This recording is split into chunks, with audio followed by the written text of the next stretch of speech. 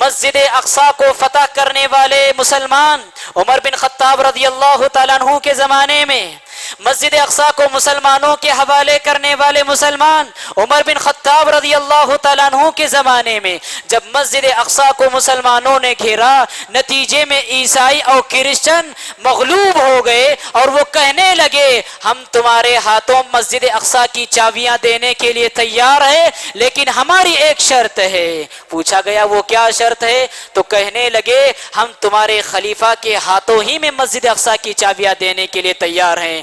حضرت ابو عبیدہ بن جراح رضی اللہ تعالیٰ عنہ نے عمر بن خطاب رضی اللہ تعالیٰ عنہ کو لیٹر جاری کیا۔ عمر بن خطاب رضی اللہ تعالیٰ عنہ مشورے کے بعد وہاں سے نکلے، آپ کے ساتھ ایک غلام ہے۔ آپ پہنچتے پہنچتے جب ملک شام کے قریب تک پہنچے، ابو عبیدہ بن جراح آپ کا استقبال کے لیے سامنے آئے تو دیکھا آپ کو پراگندہ بال ہیں، پراگندہ حال ہے، کپڑے گرد آلود ہیں۔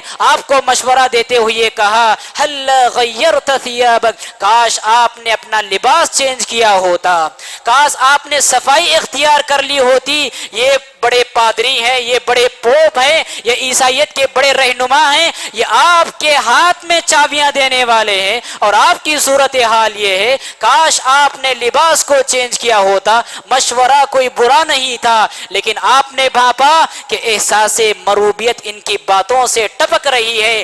آپ نے فرمایا اے عبیدہ بن جراح، یاد رکھو تمہارے علاوہ اگر کوئی دوسرا یہ بات کہتا تو میں اسے سخت ترین سزا سے دوچار کرتا۔ یاد رکھو انا كنا اذل قوم فاعزنا الله بالاسلام ومهما ابتغينا العزة بدونه اذلنا الله، ہم دنیا کے سب سے ذلیل ترین قوم تھے، عزت اللہ رب العالمین نے اسلام کے ذریعہ عطا فرمائی ہے۔ اگر ہم اس عزت کو، اگر ہم اس اقتدار کو، اگر ہم اس رفعت کو، اگر ہم اس بلندی کو، اگر ہم اس سربلندی کو اسلام کو چھوڑ کر کسی اور دوسری چیز میں اختیار کرنا چاہیں گے، اذلنا اللہ، رب العالمین ذلیل کر کے رکھ دے گا۔